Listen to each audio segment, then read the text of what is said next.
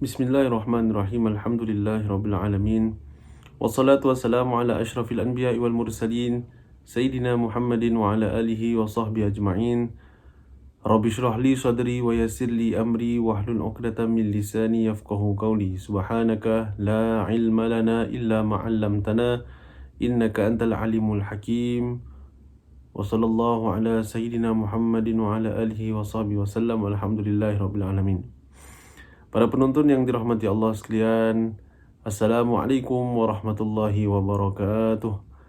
Alhamdulillah, kita panjatkan syukur kita pada Allah Subhanahu wa taala atas segala nikmat yang Allah berikan kepada kita dengan ucapan alhamdulillah. Mudah-mudahan Allah memberkati segala nikmat yang diberikannya kepada kita dan mudah-mudahan Allah Subhanahu wa taala menggolongkan kita di dalam golongan orang-orang yang berjaya di dunia dan berjaya di akhirat. Amin ya rabbal alamin. Baik para penonton yang dirahmati Allah sekalian, kita masih lagi membincangkan bab mengenai menjaga anggota mata untuk membersihkan hati kita. Jadi di dalam kitab Penawar Bagi Hati ini menceritakan tentang yang pertama adalah untuk menjaga hati kita daripada segala kekotoran, daripada segala kerosakan. Sebab kita pernah bincangkan, hati kalau sakit, maknanya tidak ada perkara yang baik yang boleh menembusi hati kita. Maka sebab itulah kita mungkin malas beribadah atau kita susah nak buat kebaikan disebabkan oleh sakitnya hati kita yang tak kita perasan. Jadi antara perkara untuk nak menjaga hati kita, yang pertama menjaga anggota mata, maknanya menjaga penglihatan kita. Jadi insya-Allah hari ini kita sambung dengan ayat Al-Quran. Allah Subhanahu wa taala berfirman, a'udzubillahi minasyaitonirrajim.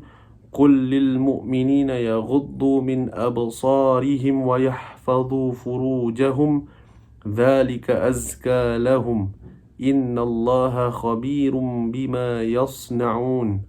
Yang bermaksud, katakanlah wahai Muhammad sallallahu alaihi wasallam kepada orang lelaki yang beriman supaya mereka menyekat pandangan mereka dan memelihara kehormatan mereka. Yang demikian itu lebih suci bagi mereka. Sesungguhnya Allah Maha mengetahui tentang apa yang mereka kerjakan. Surah ini adalah surah An-Nur, ayat yang ke-30. Jadi ayat ini mengajar kita 3 perkara, ya. Yang pertama iaitu kelakuan ataupun adab yang baik. Ini mengenai dengan pandangan mata kita. Mengenai dengan pandangan mata kita, yang pertama sekali Allah Subhanahu wa taala berfirman, kullil mu'minina yaghuddu min absarihim wa yahfazu furujahum. Yang bermaksud, katakanlah wahai Muhammad kepada orang-orang lelaki yang beriman supaya mereka menyekat pandangan mata mereka. Maknanya menjaga pandangan mata daripada apa sahaja yang tidak halal untuk dipandangnya. Kita pernah katakan orang yang mempunyai mata ni dia mempunyai pandangan. Sama ada pandangannya itu jelas ke tak jelas, kena pakai cermin mata ke tidak, tu perkara yang kedua. Perkara yang pertama, kalau orang tu boleh melihat dengan pandangan mata, dia boleh memilih apa yang dia lihat, ya. Dia boleh memilih apa yang dia lihat. Zaman sekarang lagi kita boleh pilih apa yang kita nak tengok. Contohnya, kalau dulu-dulu kita nak tengok TV, kita kena beli surat khabar, kita kena tengok dekat jadual rancangan-rancangan. Contoh kita nak tengok rancangan memasak, nanti kita tengok pukul berapa ada rancangan masak dekat channel Suria contohnya, pukul 5.30, pukul 6 petang, 6.30. Jadi kalau kita dah terlepas rancangan tu, kita dah nak tengok ulangannya, nak kena tunggu juga mungkin. Nak kena tunggu ulangan, mungkin jam berapa tak tahu, ataupun mungkin kalau terlepas, ada rancangan dah terlepas lah. Dulu waktu budak-budak kita nak tengok rancangan Power Ranger contohnya. Kita setiap hari Sabtu pukul 8.30 pagi. Kalau hari Sabtu kita tunggu sampai hari Sabtu. Sampai hari Sabtu kita terlepas rancangan tu, marah budak tu sebab kenapa terlepas rancangannya, kita dah tak boleh tengok ulangan lagi. Ni zaman dulu lah, zaman 80-an, 90-an. Tapi zaman sekarang kita bukan saja boleh, apa orang kata, kita tak payah tunggu tau. Tak payah tunggu rancangan. Kita sekarang semua ada dekat tangan kita. Kita ada YouTube lah, kita ada Facebook lah, ada Instagram lah, ada macam-macam channel lagi. Kalau sekarang kita tengok ada Netflix dan sebagainya, channel tu kita boleh pilih. Kalau separuh jalan kita tak suka tengok cerita tu, kita boleh pause atau kita boleh stop, kita boleh tukar cerita lain ikut kehendak kita. Ini maksudnya kita ada pilihan. Tapi cuma cabaran zaman sekarang ni, pilihan tu lebih ada kebebasan lagi. Kita boleh pilih bila nak tengok, kita boleh pilih kita nak tengok apa dan sebagainya. Itu kalau kita cerita tentang perkara-perkara yang berkenaan dengan hiburan lah. Jadi sama juga kalau perkara yang berkenaan dengan agama contohnya. Kalau zaman dulu kita harapkan mushaf Quran, kita nak kena ambil wudu dan sebagainya. Tapi zaman sekarang, Alhamdulillah kita ada handphone yang ada apps Al-Quran. Kita boleh download. Baik yang pakai Apple ataupun yang pakai Android, ada apps Al-Quran.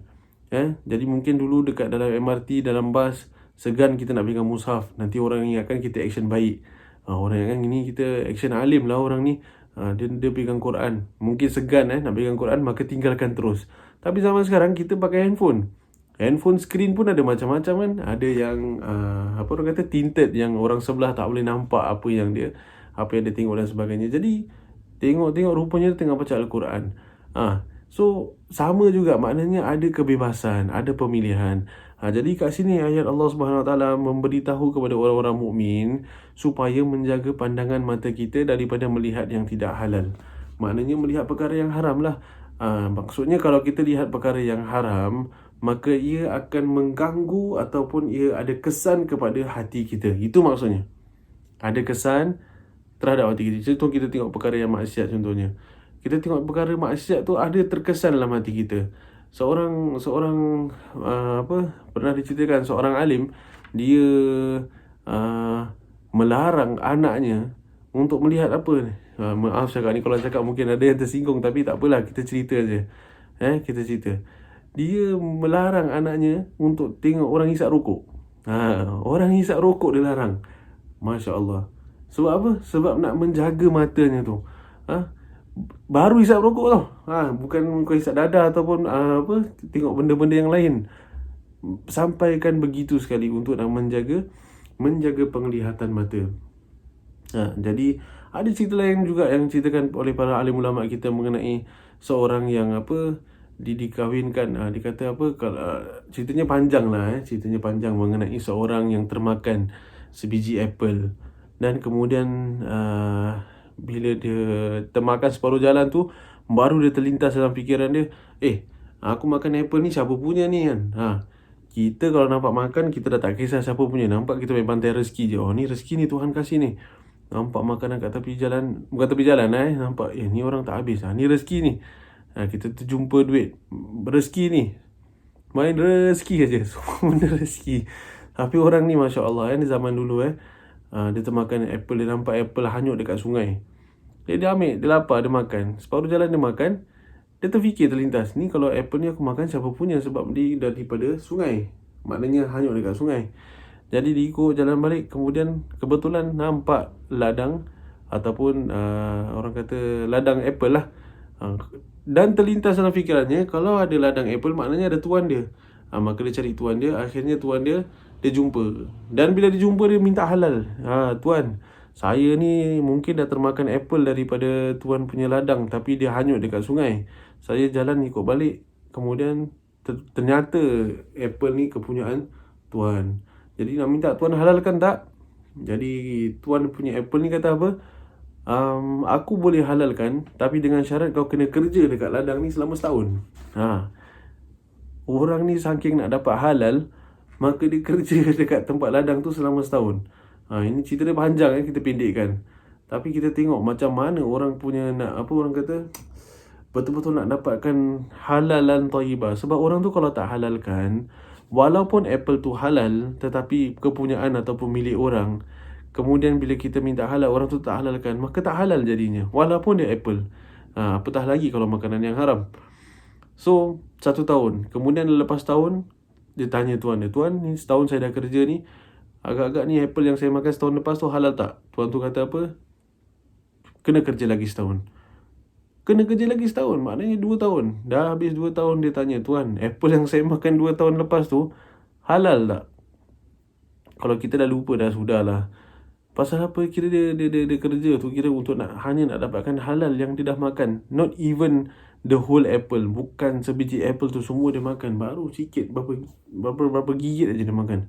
Nak dapatkan halal. Sebab kalau masuk benda yang haram dalam perut, makanya dia akan memberikan kesan kepada hati kita. Dan juga dalam masa yang sama, kebetulan Apple ni orang punya, hak milik orang, tak boleh kita ambil.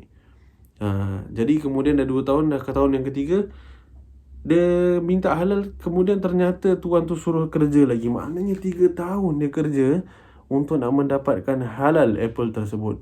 Jadi kemudian dah habis tahun ketiga ni, dia tanya, "Tuan, Apple yang saya gigit 3 tahun yang lepas tu halal tak, Tuan?"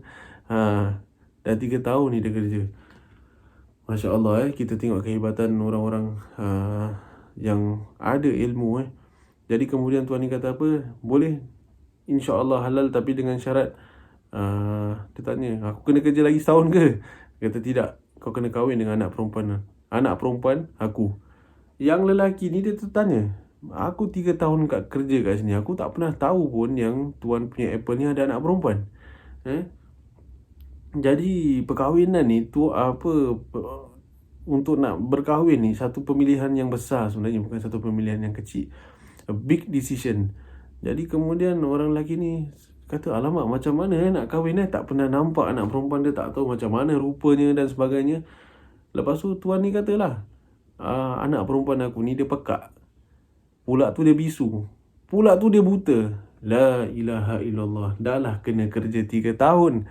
Lepas tu kena pula nak dapatkan halal tu kena kahwin dengan seorang perempuan yang dia tak pernah nampak, tak pernah tahu, tak pernah kenal. Kemudian apa description dia? Description dia pekak, buta dengan bisu. Pekak, buta dengan bisu.